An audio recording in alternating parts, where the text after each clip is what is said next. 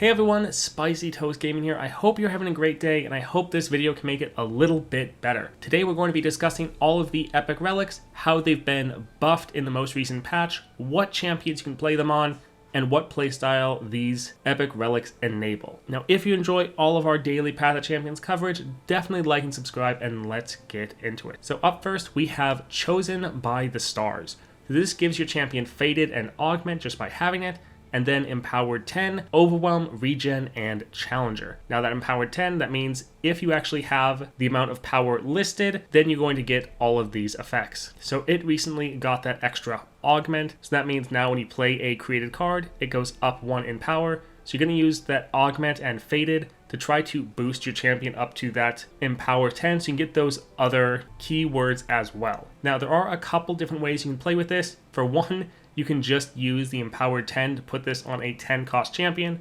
such as like Aurelion Sol or Elder Dragon, just so you have all of these immediately activate when you play your champion. So you throw down your champion and now suddenly you have 5 keywords on them. Now while you can do that, I don't think that is the best use of this epic relic slot. I think it's better to go ahead and use this to try to scale up your champion and to really benefit from all those keywords. Now one champion you could try to use this on would be your Kai'Sa. Kai'Sa wants to have a whole bunch of keywords, and she gets that evolve if you can get up to 6 or more unique keywords. Well, this is giving you 5 right here. Also, with Kai'Sa, you do have some abilities to target your own units to trigger that Fated, or your Kai'Sa at least to trigger that Fated, and you also have some created cards to also trigger that Augment, so you can try to ramp them up fairly quickly. So that would be one use case, but I also think a great use case would just be going with a champion that has a champion spell that you're able to target them every single round. So for example, you could run Grand General's Counterplan and then Chosen by the Stars. There are some champions such as Samira where their champion spell is one where they could target themselves, and so since you're using the Grand General's Counterplan, that would count as a created card, so that would make your champion ramp up 1 from the Augment.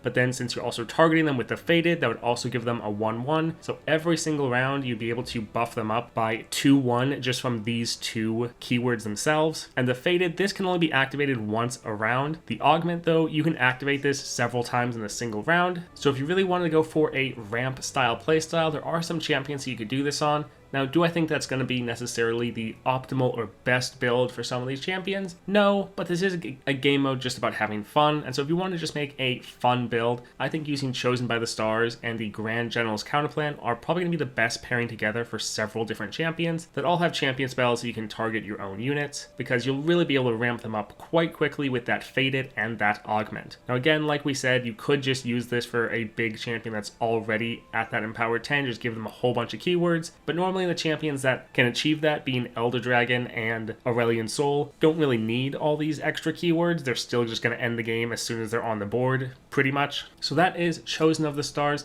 Let's go take a look at the next relic, Disciple of Shadows. Now this is a very good relic, and a lot of people really want to know more about this relic since it's now available for purchase for a limited time. So I cost 1 less for each ally in play, and then play deal 3 to all other allies. This is really good for giving you some solid cost reduction, and actually that play effect of dealing damage to your own units can be very beneficial for several champions. Now the champions this is generally best on, for one, Yuumi. Yuumi, you don't actually trigger play or summon effects when you attach her, so you're able to get that extra cost reduction without dealing damage to your own units. Now for Yuumi, with your 2-star, you summon 2 1-cost Poros at the start of the game, so she immediately is gained 2 cost reduction, and she's just a 3-cost champion. So right at the start of the game, you can just immediately play her for 1 mana and not get any of the downsides of killing your own units. So that is very strong. Taking your champion from one that normally can't be played at the start of the game to one that can is a massive amount of power, so this is great for Yuumi, but this is also good for some of those more expensive champions, especially ones that are fine with killing their own units, such as Mordekaiser. This is great for him because you can play him a couple rounds earlier, and then any units he does kill, he's then going to revive because of this effect here. And so again,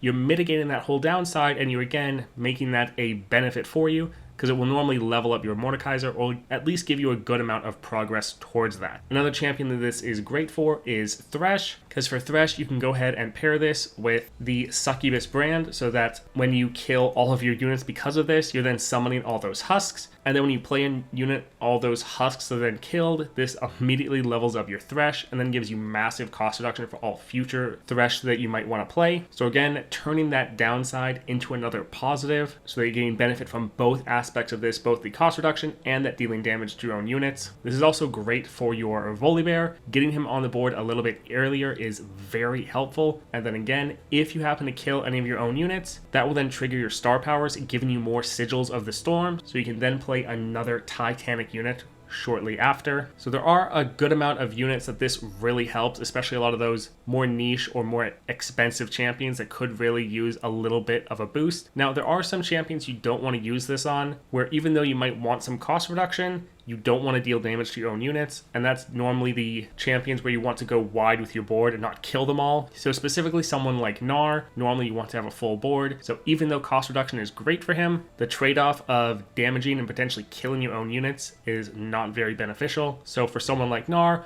we're going to be looking for other ways to get that same cost reduction from other relics that don't have this downside. One other champion to mention though is Poro King. Poro King is also great because you want to be able to get that cost reduction to get him on the board as soon as possible. And somewhat similar to Thresh, you don't mind if he kills your own units because his star powers, if one of your units die, you're going to get a little bit of scaling and an extra keyword next round. And then also you can play the Poro King with this Succubus brand as well, so that you're able to get more units, more keywords, to again trigger your other star powers. So this is one of the best epic relics, and one of the best things about this is it really elevates a lot of the decks that normally are underperformers, so definitely one to pick up if you can. Next up then, let's take a look at Found Fortune. So draw the highest cost card that costs less than my base cost, grant it a epic item, and reduce its cost to 0. So this is now going to be much more consistent. Also, we didn't mention it for the Disciple of Shadows. That was the one relic that didn't get changed at all. For this relic, they're now making it so you draw the highest cost card that's less than your base cost, so you're pretty much always going to know what you're going to be getting. This is still a little bit of a niche relic, but it's now much more consistent, which is quite good. Now, some champions use this on. For one, Janna, pretty good. The fact that you're drawing a card, giving an epic item, but then reducing its cost to 0.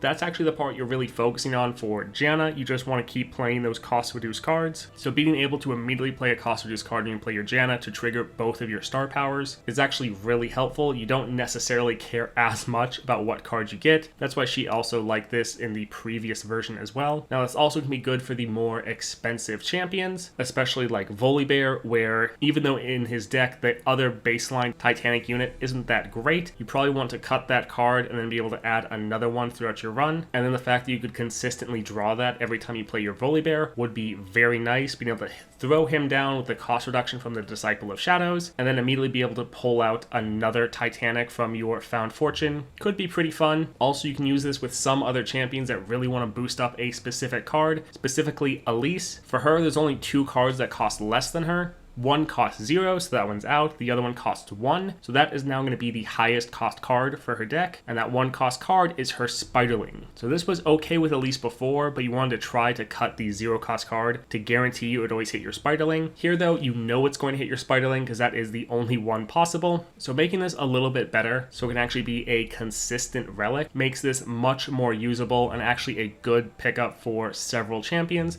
Now, it is still one of the more niche relics though. Next up then, let's take a look at the Packed Powder. So this got changed by now having Plunder I cost 2 less, making it just a better version of the Scourge's Stash, which you can see right here. So Plunder I cost 2 less, but here, Plunder I cost 2 less, and I have 1/1 for each different round you've damaged the enemy Nexus. So that is really good because if you're already playing a deck that is focusing on Plunder, then it's already focused on getting that damage every single round. So this really helps scale up a lot of your champions, especially some champions that have a pretty weak stat line. So some of the champions this works really well on is Morgana. Getting her on the board a little bit earlier, so her Archangel Staff and Grand General Counterplan can kick on a couple rounds early, is really nice. But then also with Morgana, because of your star powers, you're damaging the enemy Nexus just about every round. So buffing up her stat line is really important since she is a lifesteal unit. 2 other champions that are really good for this, Gnar as well as Misfortune.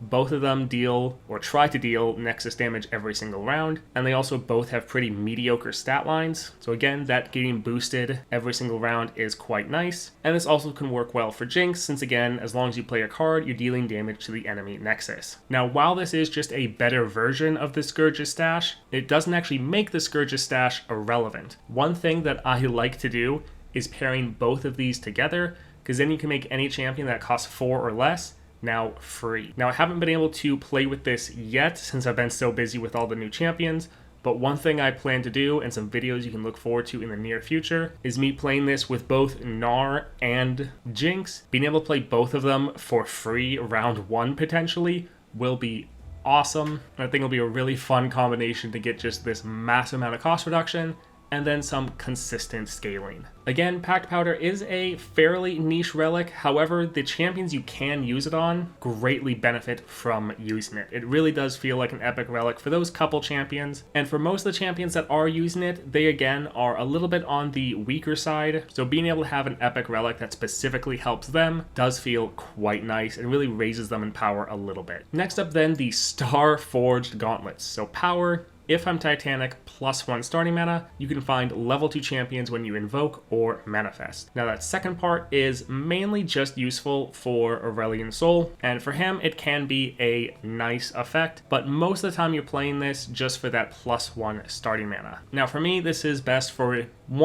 champions that are obviously Titanic already, so Aurelion Sol, Volibear, Mordekaiser, Elder Dragon, all of them, the fact that they can use this without having to also try to use other relics to boost them up to that Titanic value, this is a great relic for them, especially because they're all ramp decks anyways. Now, I don't think this is the best relic for other units that are having to try to sacrifice 2 or even 3 relics in order to trigger that Titanic value. I think it still can be useful for some of those champions, specifically ones that can benefit from a very passive champion build. Some champions as example of that would be Talia as well as Lux. Both of them can be very passive champions that you can just put a bunch of passive relics on and still do perfectly fine. So for them, putting on some stat relics to achieve that Titanic value and then using this can still be worthwhile. And then for Lux, it actually works out quite well because then you could play one of your 3-cost cards immediately, and one of your 3-cost cards gives you an extra mana gem, so being able to play that immediately and then have even more mana the following round is very strong. And then for Talia, being able to throw down like 2 landmarks around 1 so they can start counting down, both of them really benefit from this. But for most other champions, I don't think the +1 starting mana is worth sacrificing 2 or even 3 relic slots for. So while this is a good relic, I am not one of the individuals that thinks this is BIS for absolutely everyone and everyone should do whatever they can to equip this and hit that Titanic value. It's good though for everyone that is already Titanic, and then for some champions that are fine with passive relic setups. Moving on then, we have Death's Foil. Now obviously all of these remaining ones I do not currently have yet, so this is even more speculation than normal since I haven't been able to play with these myself yet. Death's Foil though, while I'm attacking, I can't take damage or die, and now it has that +1 power. That was what they added in the most recent patch when they buffed all these. It's not really a major buff. Really, the person this is best on is Vayne. Vayne doesn't have any keywords by default, and she also wants to attack fairly often, so it can be a little bit of an issue where you just keep getting blocked out and take too much damage and end up dying. So for her, this isn't bad.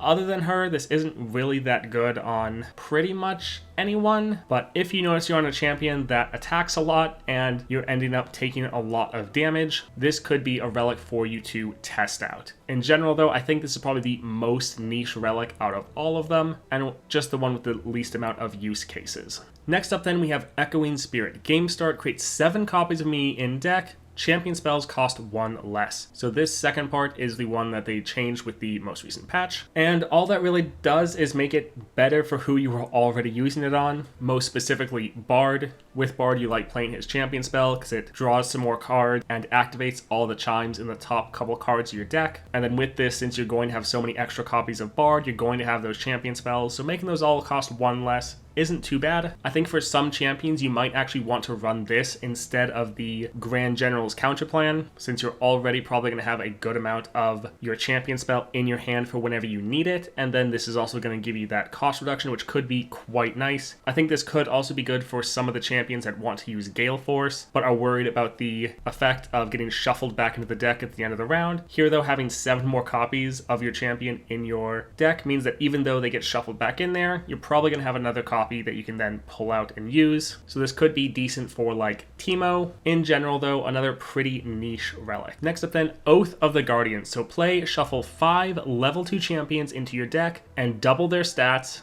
then draw one of them. So this last part, this is what they added in the new patch, and this makes it much better. Before, you could only really use this if you were a champion that had a lot of champion draw, or you're someone that was able to just draw a whole bunch of cards, maybe have a predict to try to find these. But now you can use this on pretty much anyone.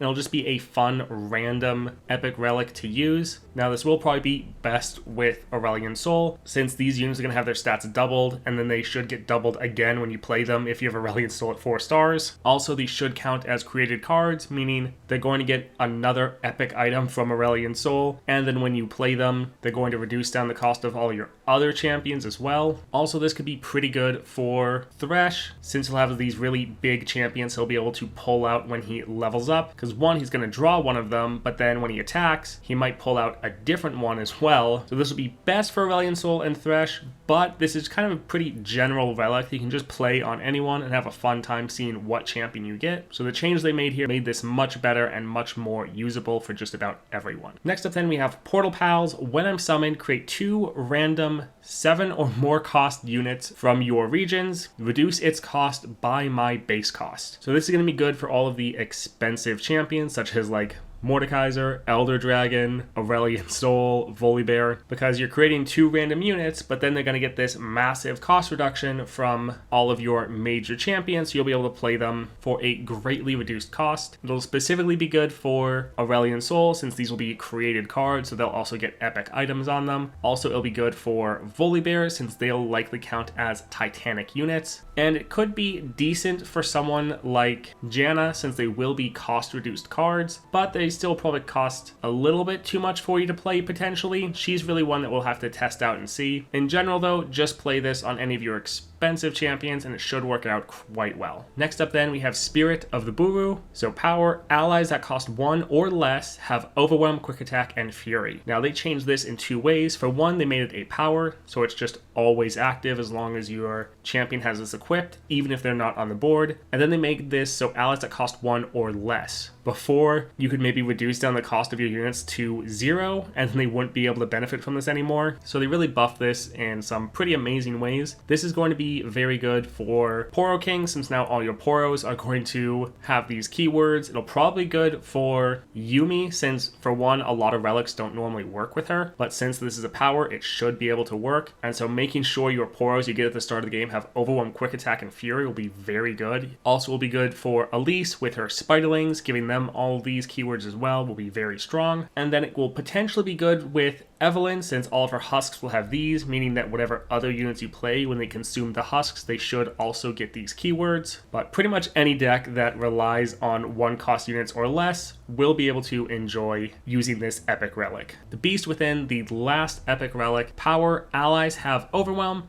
and if they have a subtype, 1/1. Now they pretty much just made this a better version of Troll King's Crown, because one, now this is a power. Troll King's Crown actually require you to have units on the board. So if you're someone that normally uses Troll King's Crown, this is just a flat out better version in a pretty crazy way, because this being a power, it makes it so much better. And then it has that added bonus of if they have a subtype, they have 1/1. So this is obviously good for all of your units that have subtypes, again, such as Poro King, and likely as well Elise. I believe Spiderlings, or at least spiders, count as a spider subtype. Also going to be very good for Nico, since her whole deck is built around the subtypes. So they changed this before that it didn't used to be a power. That means your champion had to be on the board. And then they also had it so that the cards have to have a subtype in order to have that Overwhelm. they changed that. So the fact that this is a power and now just all of your units have Overwhelm, and then you have that bonus of if they have a subtype, they also get 1/1, makes it much more usable. Yes, it's good for your decks that have subtypes, but you no longer have to use it for people that have subtypes. So a really powerful epic relic. We all know Troll of King's Crown is just one of the best, most consistent relics to be able to throw on your champion. So being able to have that effect as a power that's always active regardless of if your champion's on the board or not, that alone makes it very good. The subtype, just a little cherry on top to give you a little bit of a bonus. So anyone that likes to have Overwhelm, they'll want to use this, and then any of the subtype decks will also enjoy using this. So that is a roundup of all of the epic relics currently in the game. Now that I've finished up all the champion guides, I will be putting out a lot more gameplay videos testing out all these epic relics, because outside of the epic relics that I've tested for the new champions, I haven't actually played any of these epic relics on the old champions, so I really look forward to testing that out. If you want to see those videos, as well as all my other daily Path of Champions content, definitely like and subscribe, and I hope you have a great day.